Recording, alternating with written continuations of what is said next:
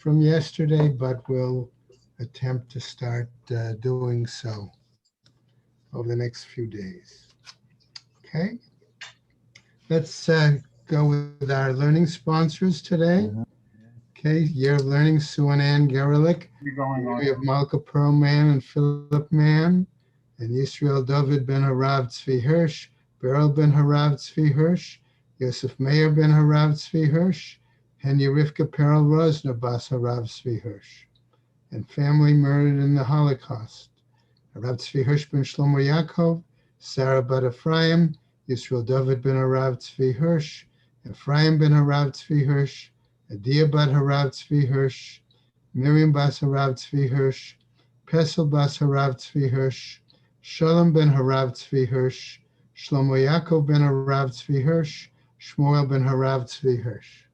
Shall share her children and grandchildren in memory of her uncle, founding member of BRS, Dr. Israel Brook, Yisrael ben Harav Akiva, Marsha Fetterbush and family, in memory of her husband, Dr. Uriel Paul Fetterbush, Uriel Pinchas ben Harav Shimon, Sharon and Fred Lisker and their family and friends, in memory of her dear mom, Harriet Friedman Edelbas Yaakov, Leslie and Gail Kaplan, in memory of their parents, Harry and Marjorie Sudell, Irving and Pearl Kaplan, friends of Avi Gidler, Avram Meir ben Shimon, and Martha Gitler, Sharna Bas Yeshaya, friends of Toby Paris, Saratoga bat Yisrael Dov, friends of Malka Levi, Malka bat Yosef, friends of Joe Wolf, Yosef ben Chaim, many friends of Dr. Marvin Blush, Moshe Shalom ben Yitzchak Halevi.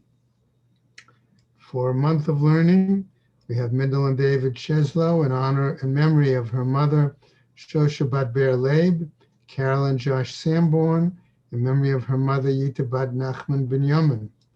A week of learning by Lenny Bahar, in memory of her husband, Yitzchak ben Menachem, by Jack Gilman, in memory of his father, Yitzchak ben Avram Chaim, by Sharon and Michael Glass, in memory of her father, Shlomo ben Yosef HaKohen, Florence Griebler, in memory of her husband, Michael. Also have a week of learning by Eugene and Sherna Kowalski in honor of their granddaughter, Ricky Finer's graduation from NYU Silver School of Social Work. Today, being the 3rd of June, we have a day of learning and Torah Fund by Gloria and Asher Chaim Herzberg in memory of her father, Yaakov ben Mordechai. We also have a day of learning by Hilda Merwis in memory of her husband, Elchanan Nachum ben Yitzchak. May the Neshamas have an Aliyah, Kranka Rafia, Velti Yashir, Shema Tzliah, and L'chol B'nai Yisrael, a good Ben Shtiyar. Okay. We're on 53A, correct? With a new Breita, right? That Breita is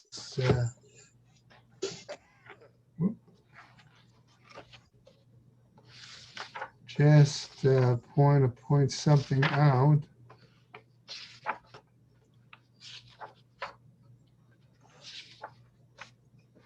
Okay, on the top of the Amud. So this is a little bit longer Amud today, especially if we look at the Amud Bays, but we'll try to get through as much as we can in our time. Okay. Let's just start by again referring back to what I said earlier, that remember the Kohen Gadol had to come in, walk through the Heichal, go by, let's say, one side past the curtain, okay, walk then the length of the, almost the length of the width, of the Heichal, come out the other curtain, then walk about halfway down, and then face what would be the Aron. And we saw discussion then ensued as to how is that possible? There was no Aron in the second temple, things like that, okay? But all this time, remember, in one hand, he has a container of incense, and then the other hand, he is managing a fire pan, where the handle is long enough so that it partly rests on his, what I'll call the inside of his elbow, and his wrist is closer towards the top or the head of the fire pan. Okay. Now, having now come inside the Kodshe Kadoshim, before either that area, okay, that would have been, let's say, the Aron, okay, we come to our Braita, okay. Tanu Rabbanan, says the Braita, V'natanet HaKetoret al ha'esh lifnei Hashem, citing a pasuk, okay, in Vayikra, okay, that he puts the incense upon the fire before Hashem. Now, it's this pasuk that's going to be a cause, or the interpretation of the pasuk, as the Gemara is going to tell us, in a machloket between the Tzedukim, the Sadducees, and the Prushim, the Pharisees. Says continuing the Braita, Shelo yetakein mibachutz v'yachnis, that he won't prepare it. In other words, put the incense on the fire pan before he enters what? Okay? It would seem perhaps before he enters the anteroom, or at least before he enters the Heichal. And why is the Braita telling us this? Lahotzi miliban shel tzedukim she'omrim yetaken mibachutz v'yachnis. In order to remove from the, I'll call it the mindset, right? The heart, the mindset, the opinion of the Sadducees, that this act on the part of the Kohen Gadol has to be done before he even enters the Heichal and the Kodshe Kadoshim. Now, my Darush asks the Gemara, so what is the means of interpretation that the Tzedukim present to defend their argument? Ki be'enan era'eh el hakaporet. They cite a pasuk that says basically, for I will appear in a cloud upon the ark cover. Melamed sheyetakein mibachutz v'yachnis.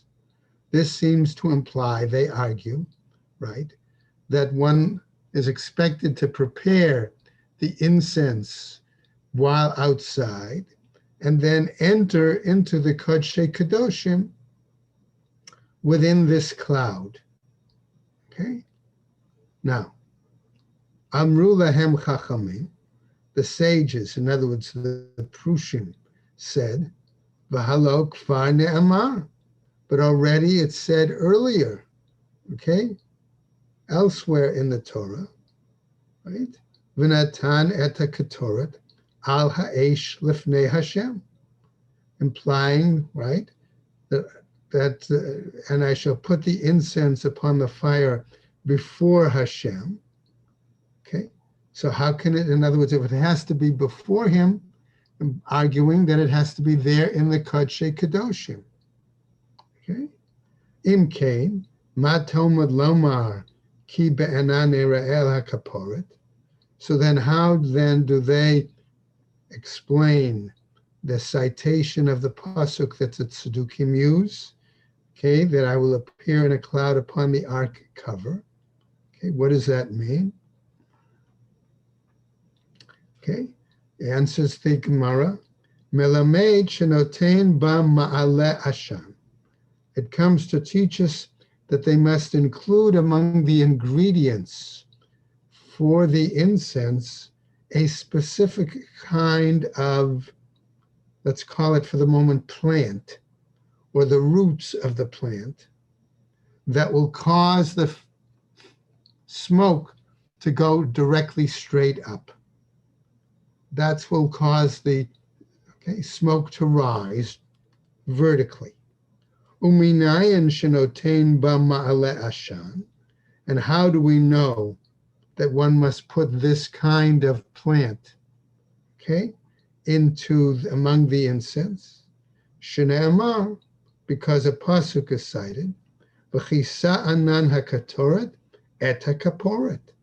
Okay, that it says basically that the incense cloud will cover the kaporet, the cover of the aron, of the ark.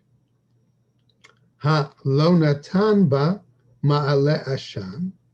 Here then, it says if we don't include then this smoke-raising ingredient, o shechiser achat mikol samaneha, or if the incense combination is lacking any of its appropriate ingredients, chayav mita, that the Kohen Gadol may be subject to the death penalty.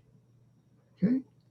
And a note here just to share quickly from Koren, that according to the halacha, the four kinds of spices were stacte, onika, galbanum, and frankincense. Okay? Now, the Gemara continues. V'tepuk le de kama'ayel biarekanit. Okay, so the Gemara suggests, okay, let the Tana derive this question of the death penalty from the issue of how the Kohen Gadol comes in to the Kodshe Kadoshim, if he does so rekanit, in other words, without any intent, okay, I don't want to say empty-handed, but I would say without the purpose of doing it for the sake of a mitzvah, that would be the reason that he might be subject to the death penalty. So, Amar Rav Sheshet. Rav Sheshet wants to say, Hacha b'mayas kinan. What are we dealing with here? Kagon sheshagag b'biyah, v'hezid b'haktara. Okay? That perhaps the Kohen Gadol, okay, made a error, okay, in terms of coming in, but he did behave purposely when it came to the incense. Okay? Rav Ashi wants to respond. Now, Rav Ashi Amar, Afilu tema hezid bo uvazo. One might even say that perhaps the Kohen Gadol would be subject to the death penalty, even if he made intentional errors regarding both this, and that was the occasion to go into the Beis Kodshe Kadoshim, and as well as the bringing of the incense. Okay? In other words, maybe he went in for another reason, okay? Or he not forgot, but that he knew it was a death penalty, but he went in for to check something, okay? Ukagon da'ayil shtei haktarot. For example, what about the possibility that he could have brought in two containers, let's say, of incense? Achat shlema ve'achat chasera. One complete, in other words, one with all the appropriate ingredients, and one that was lacking some ingredients. Iba'a la mechayev. Abi'a lo mechayev. On his coming in then, excuse me, to the Kodshe Kadoshim, he would not be held responsible, not be held guilty. Daha ayile shlema. Why? Because in this case, he came in with a complete, in other words, all the ingredients. A haktara mechayev. But on the issue of presenting the incense, he would be held responsible or guilty. Dekam makter ketoret chasera. Because it's possible that he would be using the ketoret, the incense that was missing ingredients. Okay. Now, That seems to be his explanation. Okay. Gemara, however, wants to continue to look at this Braita. Amar Mar, says the Braita, which says the Gemara. Uminayan shenotein ba ma'ale ashan. Right? Our Braita said, on what basis do we say that they have to put in this smoke-raising plant? Talmud Lomar, v'chisa. The text says, and it covered. Kira l'kra. Okay, implying, do we need certainly one verse to support another verse? Is that what we're saying here? Amar Rav Yosef. Hachi kama. So Rav Yosef gives his explanation. This is what it's trying to tell us. Ein li ela ale ma'ale ashan. I may not derive anything here except for the requirement of bringing a leaf from this plant. Ikar ma'ale ashan minayin, but the root of this plant, smoke-raising plant, how do I know that that is what is really meant? Talmud Lomar v'chisa. And the text of the Torah says it has to cover. In other words, it has to be strong enough to create a situation that almost the entire Kodesh Kadoshim is encompassed by smoke. Okay? Now, Amar le Abaye, and Abaye is going to challenge Rav Yosef. Vaha ipcha Tanya. But don't we have the opposite taught, okay, in a Braita? The Tanya, it's taught, Natan ba'ikar ma'ale ashan. If they put in the root of this smoke-raising plant, haya mitamer ve'ole kemakel ad shemagia l'shmei korah. That in that case, what would happen? That the pillar of smoke would rise like a staff, in other words, go straight up like a column, right? Until it reached the beams on top of the Kodesh Kadoshim. And since it had no place to exit, it would sort of then spread down the walls and around the entire room, the entire area. Kevan shehigia l'shmei korah, once it reaches the, excuse me, the beams of the ceiling, right? Memash mesh v'yored b'kotalim ad shenit malei habayat ashan. It would then, I'm going to say, sort of crawl along and come down the walls until it filled, right, the entire house, right?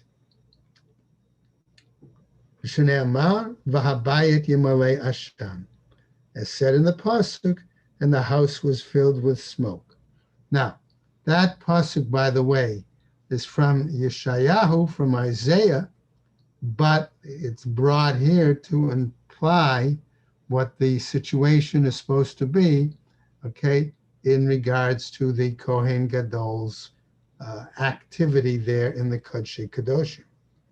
Now, this was all Rav Yosef's interpretation. Ela Amar Abaye. Okay? Abaye challenged Rav Yosef. Okay? And now what happens? He continues. Hachi Kamar. Now this is what it means to tell us, says Abaye. Ein li ela ikar ma'ale ashan. That ideally what is the principal aspect of the plant, that is the smoke raiser, is the root. That's the important element. Ale ma'ale ashan minayin. How do we know then that, let's say, even a leaf from this plant might be viable? Talmud Lomar v'chisa. And therefore the text tells us it shall cover. Now, Rav Sheshit comes back and raises the argument. Amar, he says, Ein li ela ohel mo'ed sheba midbar. I only learned this, he implied, that this was applicable to the desert, the Mishkan, to the Ohel Moed.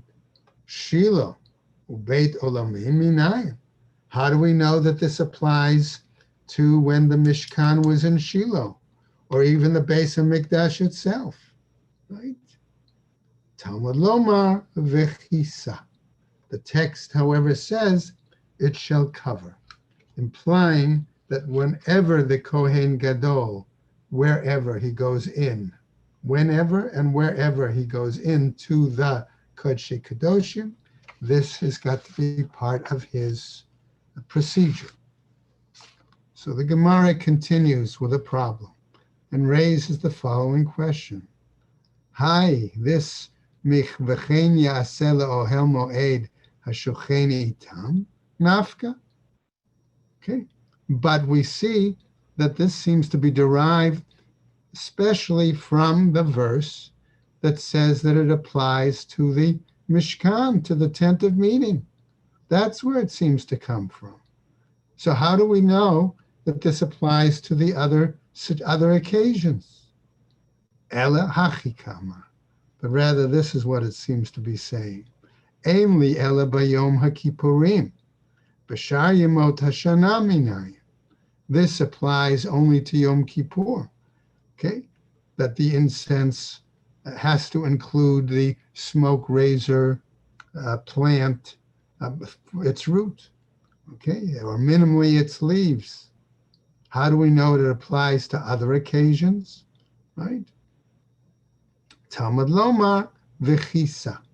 And again, we might cite the pasuk, the verse that it says, and it shall cover. Okay. Now, Rav Ashi wants to deal with this by telling us, Chad lemitzvah, v'chad la'akev.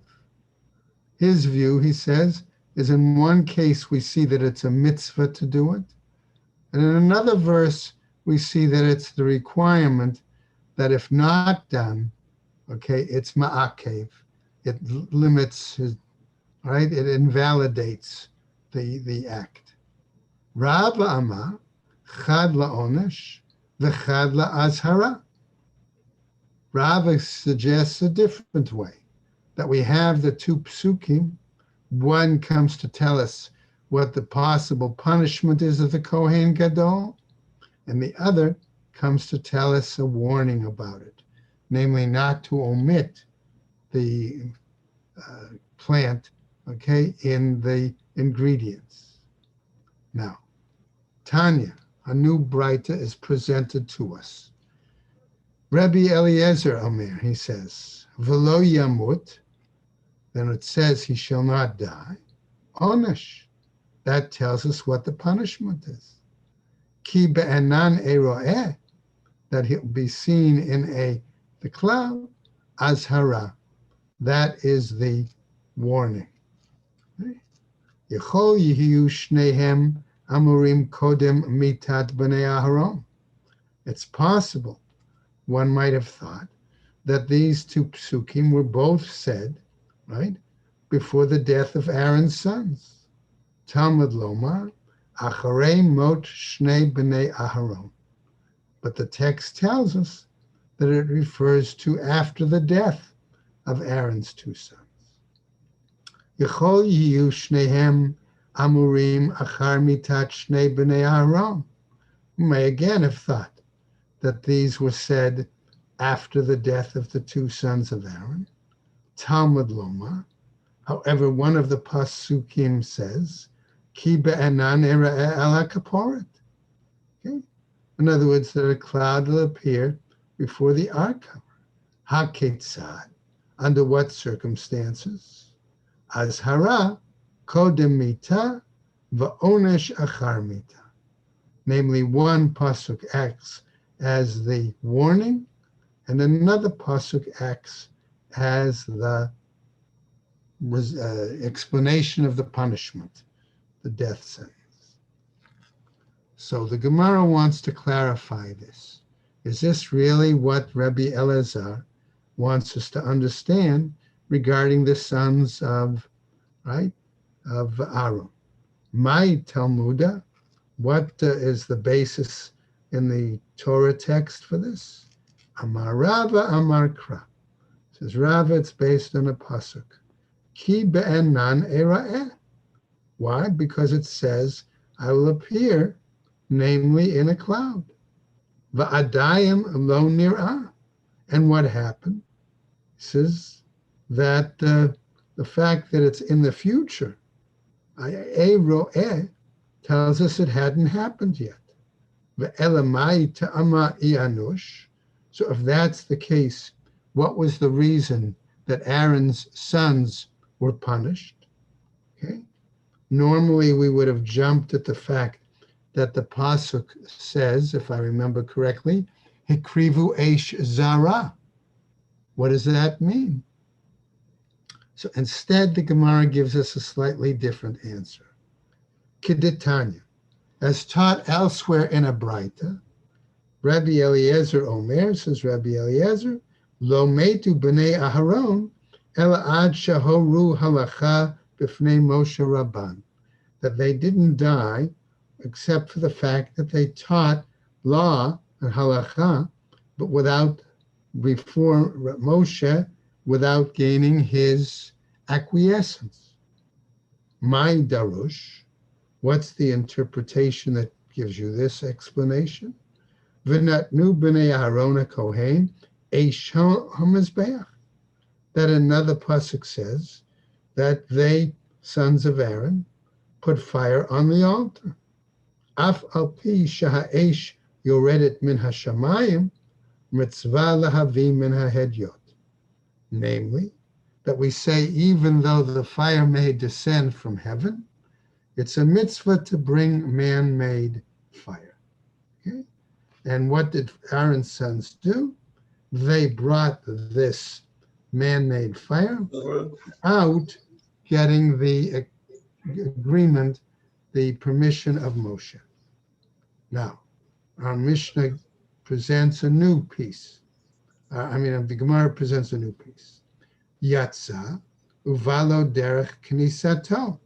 Coming back to our Mishnah, it says the Kohen Gadol leaves, he exits the Kodesh Kadoshim, and he goes out the way he entered. Now, Gemara has an issue here. Are we talking about he simply goes out the same, let's say, route, or more than that? So the Gemara raises the following. Mina hani mili, what is this implying? What is this trying to tell us? Amar Rabbi Shmuel bar Nachmani, he says, Amar Rabbi Yonatan. And then they Amar Kra, they cite a pasuk. Vayavo Shlomo lebama asher begivon Yerushalayim. That it says that Solomon went to the high place at Givon, Jerusalem. V'chima inyan Givon etzel Yerushalayim. And what is the association then in that pasuk in Chronicles between Givon and Yerushalayim? Ela makish yitziato migivon lYerushalayim lebiato mYerushalayim leGivon. But rather it compares the exit from Gibeon to Jerusalem to the entrance from Jerusalem to Givon. And here's what it explains. Ma biato mYerushalayim leGivon, panav klape bama kederech biato. The same way we said that in his arrival, his entrance from Jerusalem to Givon, his face, right, was facing the bama, okay, was facing the high place. So likewise, as his exit was such that he walked backwards with his face towards the bama, so his entrance. Af yetziato migivon Yerushalayim. So likewise his exit from Givon to Jerusalem, panav klape bama kederech biato. So likewise his face has to be towards the bama, okay, towards the high place, as he entered. Okay, so in other words, he had to exit backwards. Okay, so the Gemara wants to pick up on this topic and carry it further. V'chein kohanim ba'avodatam. But isn't it also the same for Kohanim in their own service? Levi'im b'duchnan. And Levi'im, likewise, when they get off the platform. V'Yisrael b'ma'amadan. And Israelites, when they conclude their watch. K'shehem niftarin, when they leave. Lo hayu machzirin pneihem v'holchim. They don't turn their back and leave. Ela mitzadadin pneihem v'holchim. But rather they sort of turn their face to the side, so that they can sort of look a little bit at what's behind them, okay, and walk backwards. And the Gemara tells us, V'chein talmid haniftar me'rabo, lo yachzir panav v'yelech. And likewise, a student, when he exits, when he leaves his teacher, okay, he doesn't turn his face. In other words, he doesn't turn his back on him and walk. Ella, rather, mitzaded panav v'holech. He sort of turns his face sideways and walks. Right? Kihad Rabbi Elazar, like that of Rabbi Elazar. Kad hava mipatar minei de Rabbi Yochanan, because we're told that when an occasion arose that he had to leave from Rabbi Yochanan, Kad hava bae Rabbi Yochanan, l'sagoye have gachin kai Rabbi Elazar aduchte. Okay, that here too, in this case, Rabbi Elazar would bend down, okay, and stand in his place, right? And Rabbi Yochanan would therefore gradually move away out of his sight.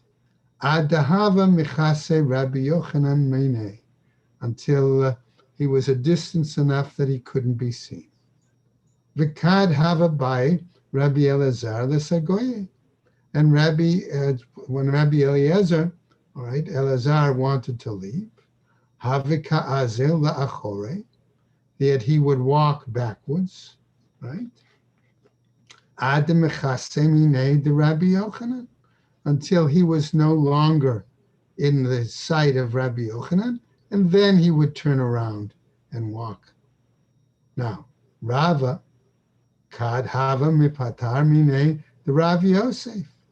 And now we're told that when Rava used to leave from before Rav Yosef, hava azil achore, he would walk backwards, ad de minagfan kare, until he actually banged up his legs, umitvasan eskupata de be Rav Yosef dama. And as a result, his legs got so bruised and bloody that there was actually drops of blood on the threshold of Rav Yosef's home. Now, remember, Rav Yosef was blind, so he wasn't aware of this. And so eventually he had to have been told that.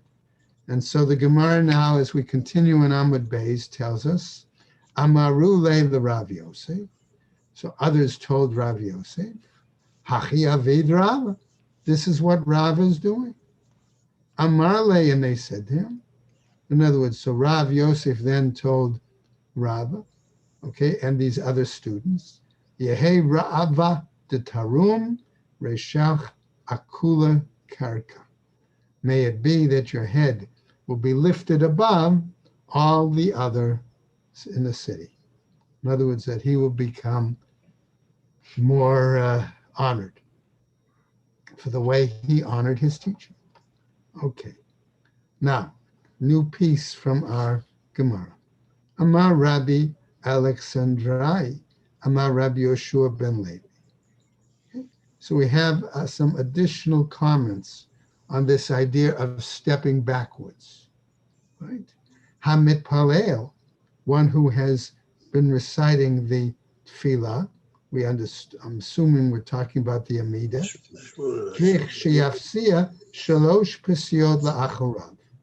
He must step 3 steps backwards. And then afterwards, he recites shalom. In other words, Sim Shalom or Shalom Rav. Right. Okay. Amar le Rav Mordechai, and Rav Mordechai responds, Kevan shepasa shalosh psiot la'achara. Once he takes his 3 steps backward, Hatam iba'aya le'lameka. Okay. So once he does that, he should stand there and not move. Okay. Mashal talmid haniftar merabo. Okay. Similar to the example of a student departing from his teacher. Im choser la'alter. Because if he goes immediately back to his place, domele kelev sheshav al kio. That's similar to a dog that goes back and laps up whatever it had spit out. Okay, so now the Gemara tells us as follows. Tanya nami hachi. And we have a Braita that teaches. Hamit palel tzrich sheyafsiya shlosh psiot la'acharav. One worshiping, reciting the Amida, takes 3 steps to leave. Va'achar kach yitain shalom. And afterwards recites shalom. Ve'im lo asakein, and if he didn't do so, re'ui lo shalo hitpalel. It's as if he should never have prayed. Umishum shemaya amru shenotein shalom liyamein ve'achar kach l'smol. And in the name of Shemaya, it says that he should say the blessing when he says peace, first bowing, right, to one direction, right, to the right, and then he bows to the left. Shnei amar, mimi no eshdat lamo, citing a pasuk, at his right hand was a fiery law. Va'omer, and then he says, Yipol mitzidcha elef, uvava miminecha, 1,000 fall at your side and 10,000 at the right. Now, this is challenged. Mai va'omer, what do you mean? And it says, he should say this, v'chitema, if you want to say, orcha demiltahi, lameitav biyamin. No, the usual manner, says, is to acknowledge, all right, the right hand, tashma, and therefore say, citing another Braita, yipol mitzidcha elef, uvava miminecha, as in that pasuk, that 1,000 falls at your side and 10,000 at the right. Therefore, Rava chazye la'abai diyahiv shlama le'yamina beresha. Rava happened to notice that Abaye was reciting the shalom blessing to the right first. Amar le, and he said to them, Misvavrat liyamin didach. Do you think it means to your right? L'small didach ka'amina. It means to your left is what it refers to. Dahave yamino shel HaKadosh Baruch Hu, because that's the right of the Kodesh Baruch Hu. Amar Rav Chia barei de Rav Huna, and Rav Chia, the son of Rav Huna, then said, Chazena lahu la'abai v'rava, depase lahu shalosh psiot b'kriya achat. He says, I even observed, he says that Abaye and Rava would take these 3 steps all in a single act of bowing. Okay? Now, we come back to our main theme of the Kohen Gadol, right? And the citing from the Mishnah. Umitpalel tefillah ktsara b'bayit hachitzon. And he says a short prayer in what I'm going to call the outer room, okay? Which we said could have meant after he exits the Kodesh Kadoshim, he says it inside the Heichal. Now, my mitzale, what does he pray? Rava bar Rav Ada, v'Ravin bar Rav Ada. The 2 of them both suggest the following. Travayu mishmei de Rav Amrei. In the name of Rav, they both say, Yehi ratzon milfanecha, Hashem Elokeinu shetehei shana zo Gishuma u'shechuna.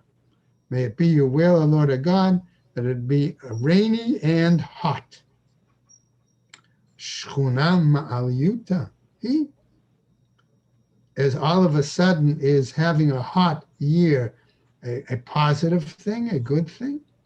Ela ema, but rather I should say, im shchuna, if it's hot, tehei geshuma, let it be rainy as well. In other words, that way it would benefit the crops. Rav Acha Barei the Rava, Rav Acha, son of Rava, Mesayim ba mishmei the Rav Yehuda. He said that the prayer by the Kohen Gadol, in the name, was more in the name of Rav Yehuda. Lo ya'adei aved shultan midabeit Yehuda. Namely, why? Because it says the power, the authority, right? Remember the blessing at the end of Breshit, for Yehuda, that the scepter shall not move, the authority not move from Yehuda. V'lo yihiu amcha Yisrael tzrichim lefarnes zeh mizeh, and that the Jewish people, the nation, should not be required to gain sustenance one from one another. In other words, that they shouldn't be poor. V'lo tikanes lefanecha tfilat ovdei drachim, and you should not allow the prayer of travelers to be acceptable in your presence. Now, Rabbi Chanina ben Dosa, Havika Azil Ba'orcha, a story that Rabbi Chanina ben Dosa was traveling on the road. Shada Mitra Ale. And what happened? Rain, fell on him. Amar, and he said, Ribono shel olam, master of the universe. Kol ha'olam kulo b'nachat v'chanina b'tzar. All the rest of the world is comfortable, and I'm suffering. Psak mitra, the rain stopped. Ki ata levete, Amar. When he came home, he said, Ribono shel olam, master of the universe. Kol ha'olam kulo b'tzar v'chanina b'nachat. The rest of the world is suffering, and Chanina is comfortable. Ata mitra. Then the rain came. Amar Rav Yosef. Based on this story, Rav Yosef said, Mai ahanya le solute de Kohen Gadol, the Gabe Rabbi Chanina ben Dosa. How viable, how effective is the prayer of the Kohen Gadol compared to the prayer of Rabbi Chanina ben Dosa? Okay, now, again, our reference to our Mishnah, Tanu Rabbanan, says the Braita. Maaseh b'Kohen Gadol echad sheharich b'tfilato. Once an incident with a Kohen Gadol that had an extended prayer. V'nimnu echav ha'kohanim likanes acharav. And his colleagues, Kohanim, voted to come in and go in and after him. Hitchilu heim nichnasin, they began to enter. V'hu yotzei, and he came out. Amrulo, and they said to him, Mipnei ma ha'arachta b'tfilatcha. Why did you extend your prayer so long? Amar lehem, he said to them, Kashe be'enechem shehitpalalti alechem. Is it so problematic for you that I prayed on your behalf? V'al beit hamikdash shelo yechirev, and on the Beis Hamikdash, the temple, that it wouldn't be destroyed. Amrulo, they said to him, Al tehi ragil la'asod kain. Don't do that on a regular basis. Shaharei shanina, because we've taught, lo hayam ma'arich b'tfilato, kedei shelo lahavit et Yisrael, that one shouldn't extend his prayer, lest it cause a lot of fear and concern on the part of the Jewish people. Let's continue now. We'll move on when we can. The new Mishnah, what happens? Matnitin, says our Mishnah. Remember we said that previously that King Josiah had hidden or buried the Aron, a number of items along with it. Okay? So now, says the new Mishnah, right? Matnitin. Misha nital aron, once the aron was removed. Even haita sham mimot nevi'im rishonim. There was a large stone that was there from the time of the early prophets. Okay? Ushtia haita nikret. And it was called Even Shtia, the foundation stone. Gavoa min haaretz shlosh etzbaot. It was 3 finger breadths high, okay, in terms of above the ground. Va'aleha yanotain, okay, and the high priest would put the incense upon it. Natal et hadam mimi shahaya mimaraim bo. He would take the blood of the bull from the Kohen who had been mixing it, okay, things like that. V'nichnas l'makom shenichnas. He would go into the place where he had entered. V'amad b'makom she'amad, and stand in the place where he had stood.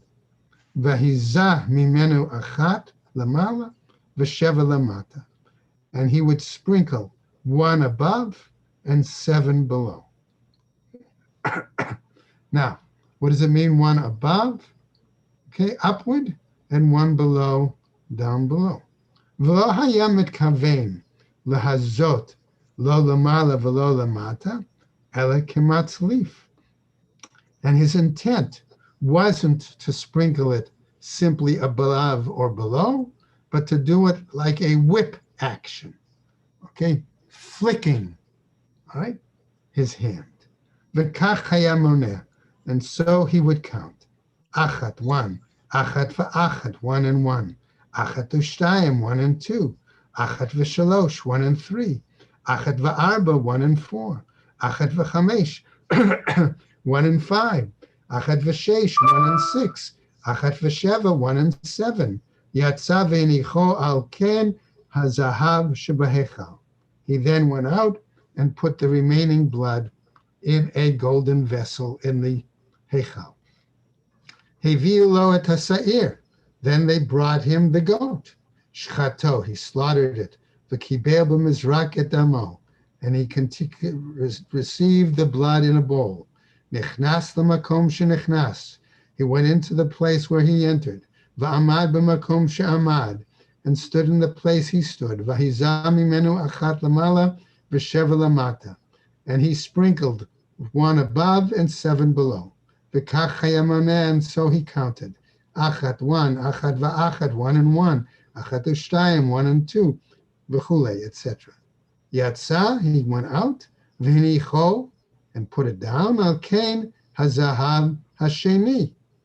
Okay, he put it into a second gold container. Shebahechal.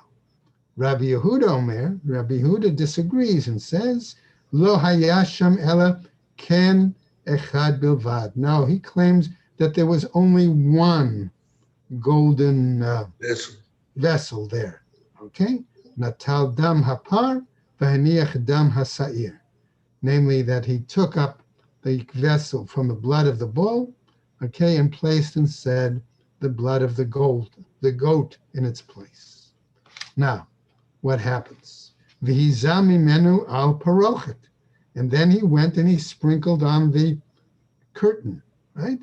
Shekeneged ha'aron mibachutz, on the curtain that would have been opposite the ark, for the outside of the Kodshei Kadoshim. Achat lamala, 1 above, v'sheva lamata, 7 below. V'lo hayamit kavein v'chuli. And again, it wasn't his intent just to sprinkle it, he flipped it, right? V'kach hayamoneh, and so he counted, etc. Natal dam hasair, v'hiniach dam hapar. He took the blood of the goat and put the blood of the bull. V'hizam mimenu al parochet shekeneged aron mibachutz. And again, he sprinkled on the parochet. Okay? Achat lamala v'sheva lamata. 1 above, 7 below, etc. Now, says the text of the Mishnah, Eira dam hapar l'toch dam hasair. He mixed the blood of the bull with the blood of the goat. V'natan et hamale Berekan. Okay? And he put it so that the full bowl into the empty bowl. So now they were mixed well. In other words, he poured them one to another. And so the Gemara picks up and raises the question, Misha Nignas, Lo Katani. But our Mishnah didn't teach the fact that it said that the ark was hidden. Ella Mishanital. But it said once the ark was taken, removed. Tnan, as taught in the Mishnah, Kimanda Amar, Aaron Galala Bavel. That seems to be in accordance to the one who claims and taught that the ark was exiled to Babylonia. Titania is taught in a Mishnah, or actually a Braita. Rabbi Eliezer Omer, says Rabbi Eliezer, Aaron Galala Bavel, that the ark was exiled to Babylonia. Shene Amar, Ulechuvat Hashana, Shalach HaMelech Nebuchadnezzar, V'yiviehu Bavela, Im Klei Chemdat Beit Hashem. That King Nebuchadnezzar had sent and had brought to him in Babylonia all of the utensils that were part of the precious vessels of Hashem, implying that that could have included the Aron. Rabbi Shimon ben Yochai Omer, he says, Aron Galala Bavel. He also claimed that the ark was exiled to Babylonia. Shneamar lo yivater davar amar Hashem. That says, behold, the days come that nothing will be stored in the house, right? Nothing will be left. Elu aseret hadibrot shebo. That implies the 10 Commandments, which were inside the Aron, also were not left behind. Rabbi Yehuda ben Lakish Omer, Aron bimkomo nignas. He disagrees and says the ark was hidden, buried in its place. Shenelmar, v'yera'u roshei habadim min hakodesh al pnei hadavir, v'lo yera'u hachutza v'hiyusham ad ha'yom hazeh. Citing a pasuk from Kings, and the ends of the poles, the staves, were seen from the sacred place before the partition, but they could not be seen without, and they are there to this day, implying that the ark was hidden underground. Okay? Upliga de Ula. And this seemed to be an argument with Ula's point. De Amar Ula, because Ula said, Sha'al Rabbi Matya ben Charash at Rabbi Shimon ben Yochai Baromi. There once was a situation where Rabbi Matya ben Charash asked Rabbi Shimon ben Yochai in Rome, V'chi me'achar she'Rebbe Eliezer melamdenu pam rishona u'shnia Aron gala leBavel, that Rabbi Eliezer taught not once but twice, 2 separate pasukim, that the ark went into exile in Babylonia. Rishona hada Amaran, the first time, v'yaviehu bavela im klei chemdat beit Hashem, citing that pasuk, brought to Babylonia the precious vessels of the house of Hashem. Shnia mahi, the second pasuk, what was it? Dichtiv vayitzei mi bat Zion. And it's said, and it's gone from the daughter of Zion, Kol Hadara, all its splendor. Mahi Kol Hadara, what do we mean by all its splendor? Chadra, okay? The chamber.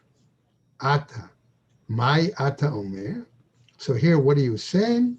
Amarlo, he said to him, Sha'ani Omer, Aron bimkomo nignaz, Shneamar, V'yarichu habadim v'gomer. Now that I argue, says Rabbi Shimon ben Yochai, that it was buried and that the ends of the staffs, the sticks, could not be seen.